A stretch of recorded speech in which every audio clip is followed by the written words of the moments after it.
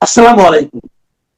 প্রিয় দর্শক, অন্য মঞ্চের আজকের আলোচনায় আপনাদের সকলকে আমন্ত্রণ জানাচ্ছি। ক্ষমতায় আসার কয়েকদিনের মধ্যে 21শে ফেব্রুয়ারির মতো রাষ্ট্রীয় দিবস পালন করতে হলো নতুন সরকারকে। বিরোধী দলীয় নেতা হিসেবে জামাতের আমিরের দায়ে পড়ে ফুল দিতে যাওয়া, মোনাজাতের রাজনীতি, অধ্যাপক ইউনূসের আমলের মতো রাষ্ট্রপতি থেকে বিচ্ছিন্ন থেকে শ্রদ্ধা জানানো এবং মব সন্ত্রাস জিয়ে থাকা, এমন বহু বিতর্ক এক রাতেই ছড়িয়ে পড়েছে নানা মহলে। রাষ্ট্রীয় দিবসে শ্রদ্ধা জানানো অনুষ্ঠানে অধ্যাপক ইউনূসের মতোই রাষ্ট্রপতিকে এড়িয়ে গেলেন নতুন প্রধানমন্ত্রী তারেক রহমান। অধ্যাপক ইউনূসের কিংস পার্টি বরাবরের মতো শহীদ মিনারে মব সন্ত্রাস চালালেও মব ছড়িয়ে পড়েছে প্রত্যন্ত অঞ্চলেও। মবের শিকার থেকে বাদ পড়েননি নতুন সংসদ সদস্য, যেটি করেছে সরকারি দলের নেতারাই। জয় বাংলা স্লোগান দিয়ে ফুল দেওয়ার অপরাধে দেশের 2টি জেলায় গ্রেপ্তারের ঘটনাও ঘটেছে। এসব কিছুর বাইরে জামাতের ফুল দেয়া আর মোনাজাতের রাজনীতি নতুন করে বিতর্কের জন্ম দিয়েছে। বিস্তারিত জানতে চলুন যাওয়া যাক বিশ্লেষণে।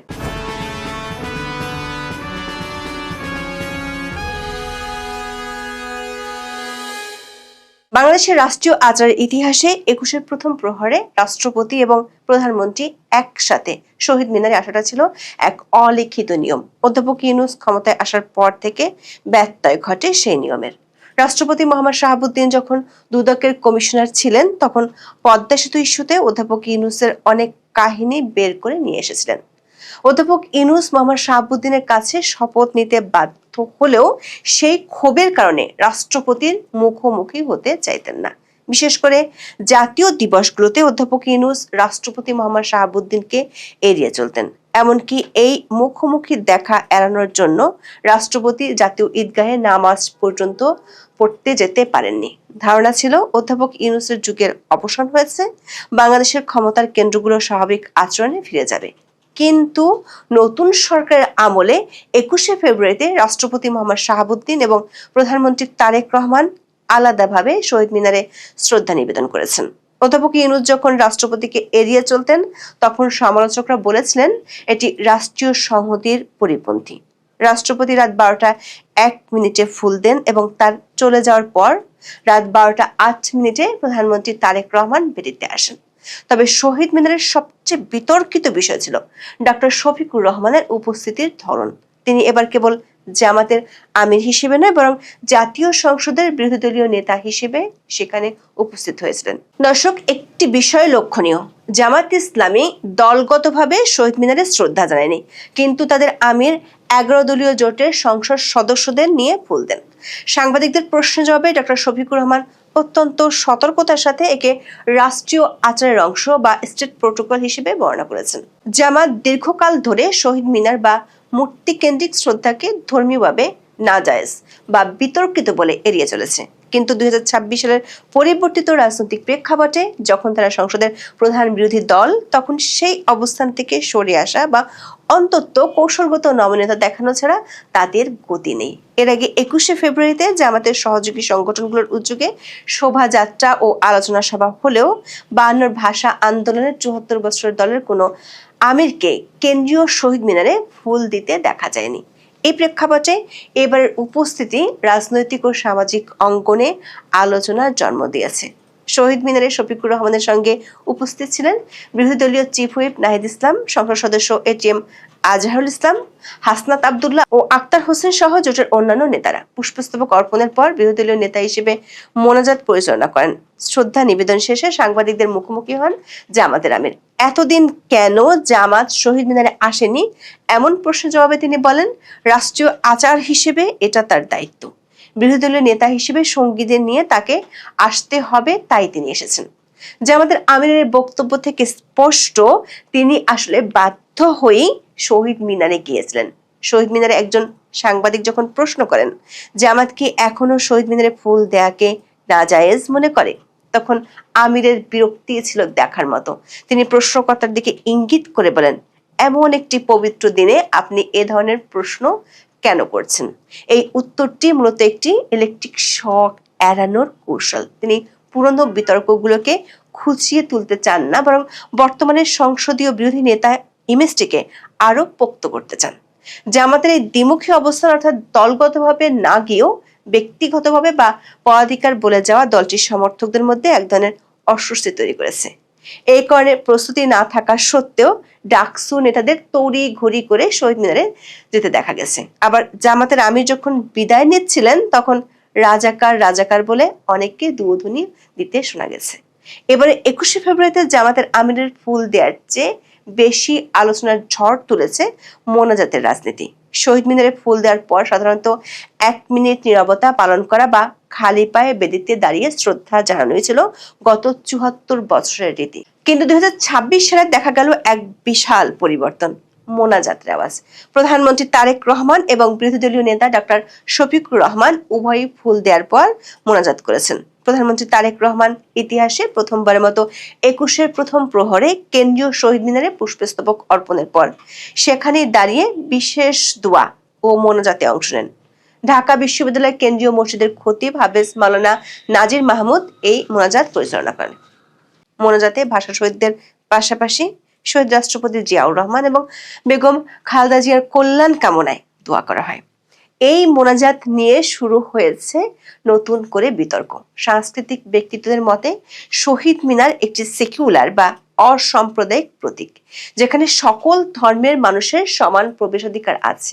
সেখানে কেবল ইসলামী পদ্ধতিতে মোনাজাত করাটা এক সার্বজনীন চরিত্রকে ক্ষুণ্ণ করতে পারে। অন্যদিকে ক্ষমতাসীনদের সমর্থকদের মতে যেহেতু ভাষা শহীদদের অধিকাংশই মুসলমান ছিলেন, তাই তাদের জন্য দোয়া করাটা একটি স্বাভাবিক ধর্মীয় এবং মানবিক দায়িত্ব। মজার ব্যাপার হলো জামাতের আমির এবং তার সঙ্গীরাও একইভাবে মোনাজাত করেছেন। সমালোচকরা প্রশ্ন তুলেছেন, শহীদ মিনার এখন আর কেবল আমার ভাইয়ের রক্তে রাঙানো গানের সুরে সীমাবদ্ধ নেই, বরং এটি একটি রাজনৈতিক উপাসনালয়ে পরিণত হয়েছে কিনা। রাজনৈতিক বিশ্লেষকরা মনে করছেন এটি বাংলাদেশের রাজনীতির একটি ইসলামিক টার্ন, যেখানে প্রতিটি জাতীয় অনুষ্ঠানের সাথে ধর্মীয় অনুষঙ্গ যোগ করে সংখ্যাগুরু জনমতের কাছে গ্রহণযোগ্যতা বাড়ানোর চেষ্টা চলছে। ভাষাকেন্দ্রিক যে জাতীয়তাবাদ একসময় ধর্মীয় পরিচয়ের ঊর্ধ্বে ছিল, তা এখন ধর্মীয় পরিচয়ের সাথে সন্ধি করতে বাধ্য হচ্ছে। দর্শক, মোনাজাতের রাজনীতি নতুন সংযোজন হলেও নতুন সরকার আমলে পুরনো সেই মব সন্ত্রাস কিন্তু রয়ে গেছে। অধ্যাপক ইউনূসের আমলে রাষ্ট্রপতির বিরুদ্ধে শহীদ মিনারে মব হয়েছিল। ইউনূসের পালিত পুত্ররা তখন 2025 সালে স্লোগান তুলেছিল, গো ব্যাক চুপ্পু। রাষ্ট্রপতির বিরুদ্ধে এবার তেমন কোনো মব বাহিনী না থাকলেও মব সন্ত্রাসীদের কাছ থেকে রেহাই পায়নি জাতীয় পার্টি, আওয়ামী লীগ, এমনকি সদ্য বিজয়ী সংসদ সদস্য রুমিন ফারহানাও। ব্রাহ্মণবাড়িয়ার 2 আসনের সংসদ সদস্য ব্যারিস্টার রুমিন ফারহানার উপর শহীদ মিনারে হামলার ঘটনাটি ছিল রাজনৈতিক পরিহাসের এক চূড়ান্ত পর্যায়ে। শ্রদ্ধা জানাতে রাত 11:15টার দিকে ব্রাহ্মণবাড়িয়ার সরাইল উপজেলার কেন্দ্রীয় শহীদ মিনারে পৌঁছান ব্যারিস্টার রুমিন ফারহানা। এ সময় পুষ্পস্তবক নিয়ে শহীদ বেদিতে সামনে দাঁড়িয়েছিলেন এমপি রুমিন ফারহানা ও তার কর্মী সমর্থকেরা। দৈনিক সমকালের খবরে বলা হয়েছে, এ সময় সরাইল উপজেলা বিএনপির সাবেক সাধারণ সম্পাদক আনোয়ার হোসেন মাস্টারের নেতৃত্বে বিএনপির নেতা কর্মীরা এসে রুমিন ফারহানাকে উদ্দেশ্য করে ভুয়া ভুয়া স্লোগান দিতে থাকলে পরিস্থিতি উত্তপ্ত হয়ে ওঠে। এ নিয়ে দুপক্ষের মধ্যে তুমুল উত্তেজনা বিরাজ করে। রুমিন ফারহানার আনা পুষ্পস্তবকটি ছিঁড়ে ফেলে প্রতিপক্ষের কর্মীরা। পরে পুলিশি হস্তক্ষেপে পরিস্থিতি নিয়ন্ত্রণে আসলেও ফুল দিতে না পেরে কর্মী সমর্থকদের পাহারায় ব্যারিস্টার রুমিন ফারহানা শহীদ মিনার ত্যাগ করেন। ঘটনার পর রাত 12:30টার দিকে এমপি রুমিন ফারহানার কর্মী সমর্থকেরা ঢাকা সিলেট মহাসড়কের শাহবাজপুর এলাকায় অবরোধ করে এই ঘটনার বিচার দাবি করেন। দর্শক, রুমিন ফারহানা কেবল একজন রাজনীতিবিদ নন, তিনি প্রখ্যাত ভাষা সৈনিক অলি আহাদের কন্যা। অলি আহাদ ছিলেন সেই ব্যক্তি যিনি 1952 সালের 20শে ফেব্রুয়ারি রাতে 144 ধারা ভাঙার পক্ষে 4 জন ভোটদাতার একজন। এমন এক বীরের কন্যা যখন শহীদ মিনারে তার পিতার আন্দোলনের স্মৃতিতে শ্রদ্ধা জানাতে যান, তখন তাকে সরকারি দলের নেতাকর্মীদের হাতে লাঞ্ছিত হতে হয়। হামলার পর রুমিন ফারহানার সমর্থকেরা সংবাদ সম্মেলন করে এই ঘটনাকে অশনি সংকেত হিসেবে অভিহিত করেছেন। তিনি বলেছেন, যারা দলের পদ ব্যবহার করে এমন হিংস্রতা করে, তাদের বিষয়ে দলের উচ্চ পর্যায় থেকে ব্যবস্থা নেওয়া উচিত। না হলে দলের যেমন ক্ষতি হবে, সরকারের ভাবমূর্তিও ক্ষুণ্ণ হবে। দেশের অনেক জায়গায় কার্যক্রম নিষিদ্ধ থাকা আওয়ামী লীগের নেতাকর্মীরা শহীদ মিনারে ফুল দিয়ে শ্রদ্ধা জানিয়েছেন। এদের বেশিরভাগই গভীর রাতে শ্রদ্ধা জানিয়েছেন। এর মধ্যে নোয়াখালীতে 6 জন ও গাইবান্ধায় 2 জনকে আটকের খবর পাওয়া গেছে। গ্রেপ্তারকৃতদের বিরুদ্ধে অভিযোগ হলো তারা জয় বাংলা স্লোগান দিচ্ছিল। প্রশ্ন হলো, অধ্যাপক ইউনূসের টেবিল হান্ট এখনো বলবৎ আছে নতুন সরকার আমলে, যেখানে শহীদ মিনারে ফুল দেওয়া এখন একটি আইনি অপরাধ হিসেবে গণ্য হচ্ছে। ঢাকায় শহীদ মিনারে আওয়ামী লীগ নো এন্ট্রি লেখা ব্যানার টাঙিয়েছিল কিংস পার্টির সদস্যরা। সাধারণ মানুষ সেই ব্যানার ছিঁড়ে ফেলে। দর্শক, অধ্যাপক ইউনূসের এই কিংস পার্টি শহীদ মিনারের মব সন্ত্রাস চালিয়েছে জাতীয় পার্টির উপরে। এটি যেন অধ্যাপক ইউনূসের আমলের সেই ধারাবাহিকতারই প্রতিফলন, যেখানে জাতীয় পার্টিকে রাজনৈতিক কর্মকাণ্ড পালন করতে কার্যত নিষিদ্ধ রাখা হয়েছিল। বিডি নিউজ 24 এর খবরে বলা হয়েছে, ঘটনার প্রত্যক্ষদর্শী সাংবাদিকরা জানান, রাত 2টার দিকে এনসিপির মহানগর ইউনিটের পেছন পেছন ব্যানার ও ফুলের তোড়া হাতে শহীদ মিনারে ঢুকছিলেন জাতীয় পার্টির কয়েকজন নেতাকর্মী। সেখানে জাতীয় পার্টির কেন্দ্রীয় কোনো মুখ চেনা নেতাকে দেখা যায়নি। এনসিপির দলটি পুষ্পস্তবক অর্পণের পর জাতীয় পার্টির ব্যানার দেখে ভুয়া ভুয়া স্লোগান শুরু করে। এক পর্যায়ে তারা জাতীয় পার্টির ব্যানার ও ফুলের তোড়া কেড়ে নেয়। পরে জাতীয় পার্টির নেতাকর্মীরা শহীদ মিনারে শ্রদ্ধা না জানিয়ে এলাকা ছাড়েন। দর্শক, শহীদ মিনারের মতো একটি পবিত্র জায়গায় ভুয়া ভুয়া স্লোগান দেয়া এবং একটি রাজনৈতিক দলের ব্যানার ছিঁড়ে ফেলা ইঙ্গিত দেয় যে বাংলাদেশের রাজনীতি থেকে অধ্যাপক ইউনূস বিদায় নিলেও তার রেখে যাওয়া মব কালচার প্রাতিষ্ঠানিক রূপ পেয়েছে। শহীদ মিনারের ভাব গাম্ভীর্য কি রাজনৈতিক দলাদলি আর মব সন্ত্রাসের কারণে ক্ষুণ্ণ হয়নি?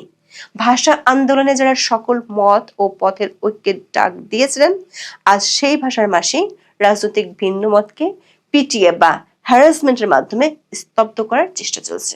অধ্যাপক ইউনূস যেটি প্রতিষ্ঠা করেছিলেন তারেক রহমানের আমলের শুরুতে সেটি দেখা গেল আরো একবার। প্রশ্ন হলো, নতুন স্বরাষ্ট্রমন্ত্রী সালাউদ্দিন আহমেদ যে বলেছেন মব সন্ত্রাস আর চলবে না, সে ঘোষণা আসলে বাস্তবায়িত হবে কবে?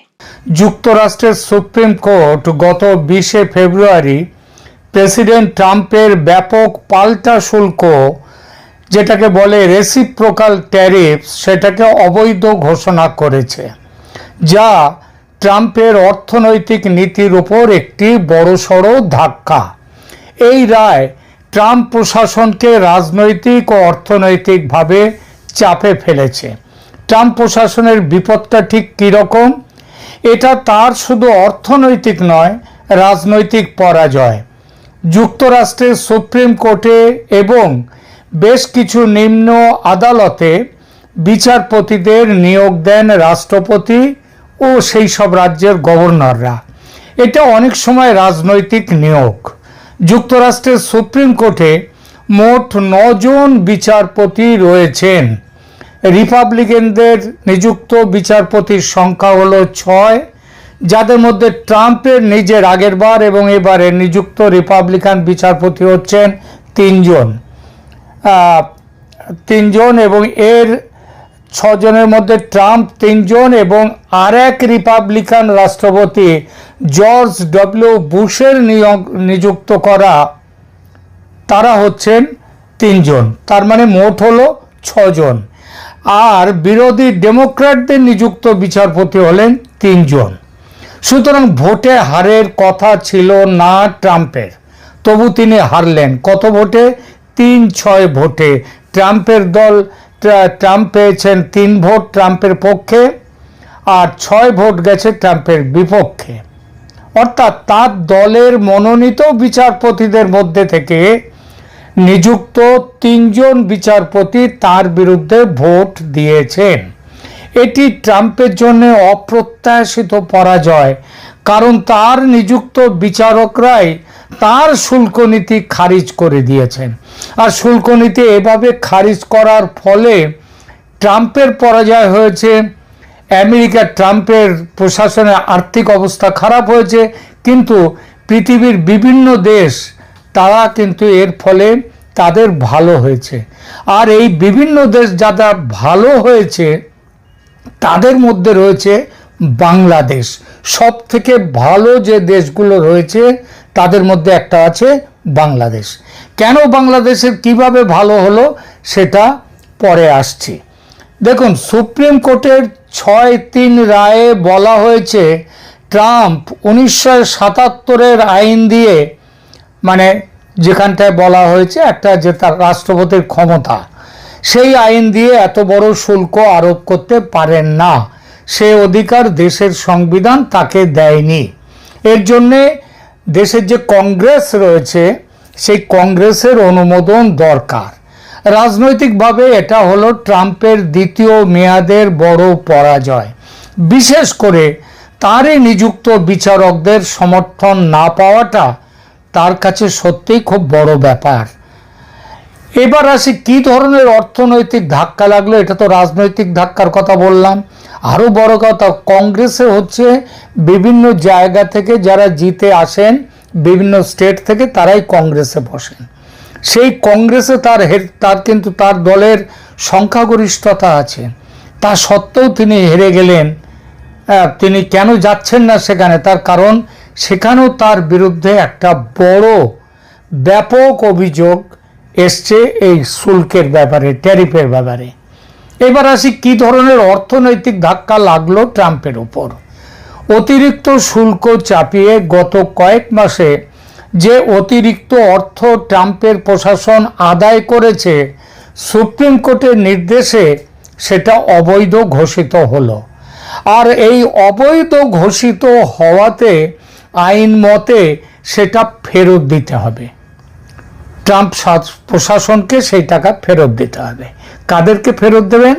সে যে দেশ থেকে মাল এসছে তাদের না, আমেরিকার ব্যবসায়ীদের ফেরত দিতে হবে, যারা এই অতিরিক্ত শুল্ক দিয়ে অন্য দেশ থেকে মাল আমদানি করেছিল। ব্যবসায়ীরা এই অতিরিক্ত শুল্ক আদায় করেছিল কাদের কাছ থেকে? সাধারণ উপভোক্তাদের কাছ থেকে। উপভোক্তারা অর্থাৎ কনজিউমার বাধ্য হয়েছিল বেশি দামে এসব জিনিস কিনতে। তারা মানে কনজিউমার, আমেরিকার যে সাধারণ মানুষ, তারা এইবার সেই টাকাটা ফেরত পাবে। এটাই হলো এই নিয়ম। এই ফেরতযোগ্য অর্থের পরিমাণ কত জানেন? মোট 130 বিলিয়ন ডলার। বিলিয়ন, 1 বিলিয়ন মানে 100 কোটি। এইবার 130-এর পরে আরও দুটো শূন্য বসান, 130-এর পরে দুটো শূন্য মানে 13,000 কোটি ডলার। 13,000 কোটি ডলার তাদেরকে দিতে হবে। এটা বিরাট রকমের অঙ্ক, তাই না? শুল্কের রিফান্ড নিয়ে যে জটিলতা দেখা দেবে, তা এই রিফান্ড মানুষের কাছে গেলে একটা মূল্যস্ফীতি হবে, মূল্যস্ফীতি আসতেই পারে। শুধু এই নয়, অতিরিক্ত ট্যারিফ হিসেবে যে মোটা অঙ্ক এতদিন আদায় হচ্ছিল সেটাও কিন্তু বন্ধ হয়ে গেল। তার মানে সেটাও আর পাবে না। তবে ট্রাম্প ধুরন্ধর, তুখোড় ব্যবসায়ী, সর্বনাশ কিছুটা আটকে দেওয়ার একটা রাস্তা তিনি পেয়ে গেছেন। সুপ্রিম কোর্টের রায় আসতে ট্রাম্প এই রায়কে দেশের অপমান বলে সমালোচনা করেছেন, আর সঙ্গে সঙ্গে নতুন 10% গ্লোবাল ট্যারিফ জারি করেছেন 1974-এর এক আইনের অধীনে। এর আগে ছিল 1977-এর এক আইনকে ব্যবহার করেছিল। এবার 1974-এর এক আইন অনুযায়ী 10% গ্লোবাল ট্যারিফ সারা দুনিয়ার সব দেশের উপরে এই ট্যারিফটা জারি করেছেন। এই আইনে দেশের অর্থনীতি ঠিকঠাক রাখতে 5 মাস বা 150 দিনের জন্য সর্বোচ্চ 10% গ্লোবাল ট্যারিফ বা সবার জন্য একই ট্যারিফ লাগানোর ক্ষমতা আছে প্রেসিডেন্টের। ট্রাম্প সেটাই লাগিয়েছেন। 10% শুল্ক 150 দিনের জন্য দুনিয়ার সব দেশের জন্য। তবে যাদের এগেনস্টে ওই স্যাংশন আছে, নিষেধাজ্ঞা, তাদের নয়। এছাড়া অন্যান্য আইনি পথ খুঁজে শুল্ক আবার আরোপের ব্যাকআপ প্ল্যান রয়েছে ট্রাম্পের, যাতে আয় অটুট রাখা যায়। ট্রাম্প বলেছেন এতে তার ক্ষমতা, মানে সুপ্রিম কোর্টের এই রায়ে নাকি তার ক্ষমতা আরো বাড়বে। আইনের সেই সব ফাঁক ফোকর খুঁজে বের করতে এখন ব্যস্ত ট্রাম্প ও তার টিম। এবার আসি সুপ্রিম কোর্টের এই শুল্ক বাতিল আদেশ কি বার্তা নিয়ে এলো বাংলাদেশের জন্য, বাংলাদেশের ওপর এর কি প্রভাব পড়তে চলেছে সেই বিষয়টাই। যদি এক কথায় বলতে হয় তাহলে বলবো কি জানেন, বলবো বাংলাদেশের এই রায়ের ফলে বাংলাদেশের একেবারে বল্লে বল্লে অবস্থা। বল্লে বল্লে মানে কি, দুহাত তুলে নাচা, এটা হচ্ছে পাঞ্জাবের একটা পাঞ্জাবি টার্ম, এটা দুহাত তুলে নাচাকে বলে বল্লে বল্লে। সুতরাং বল্লে বল্লে কিভাবে হচ্ছে বাংলাদেশের ক্ষেত্রে, শুনুন তাহলে।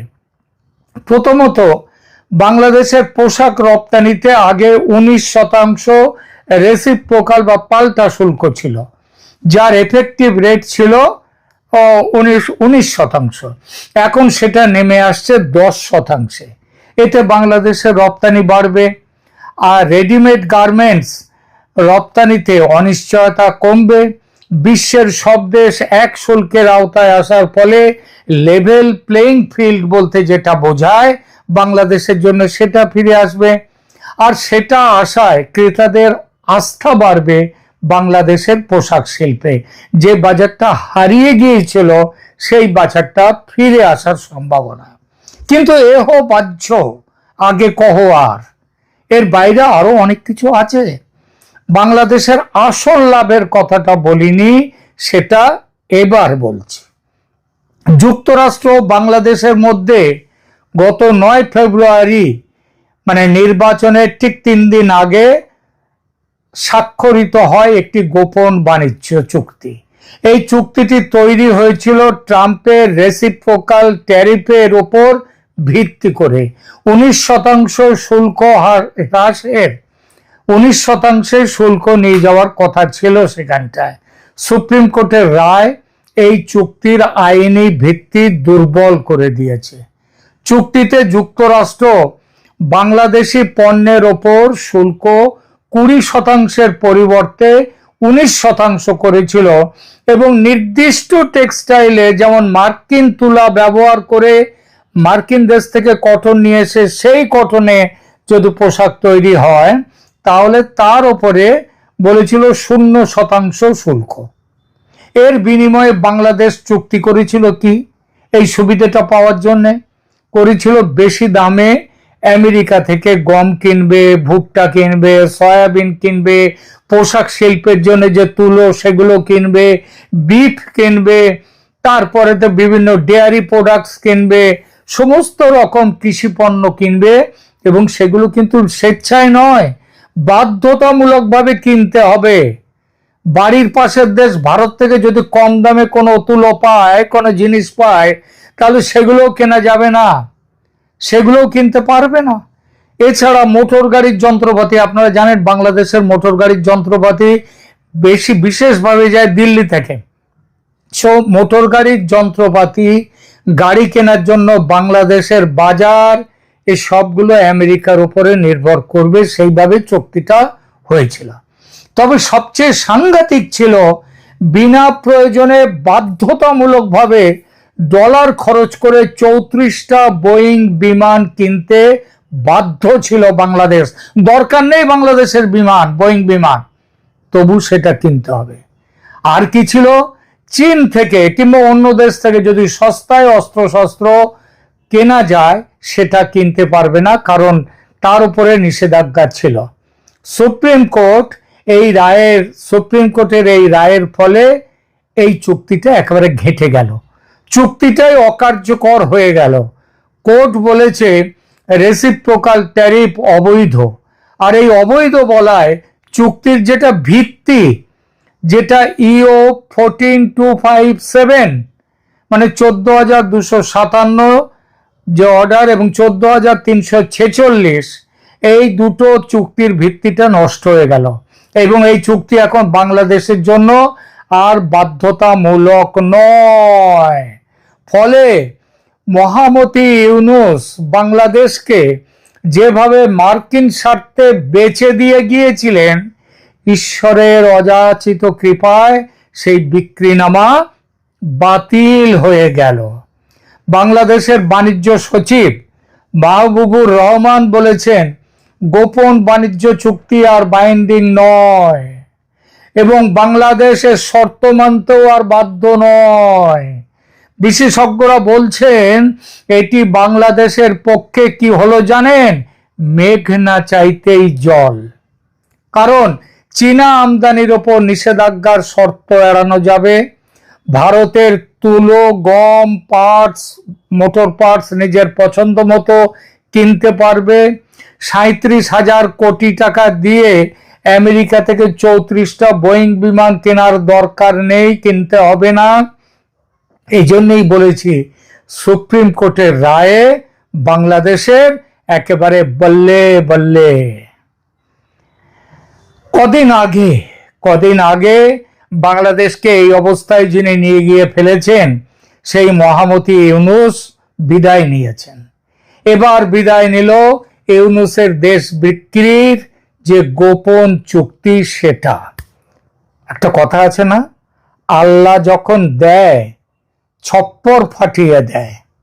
বাংলাদেশে এখন বোধহয় আল্লাহ ছপ্পর ফাটিয়ে দেওয়ার সময় সেই আশীর্বাদ দিয়েছেন বাংলাদেশকে।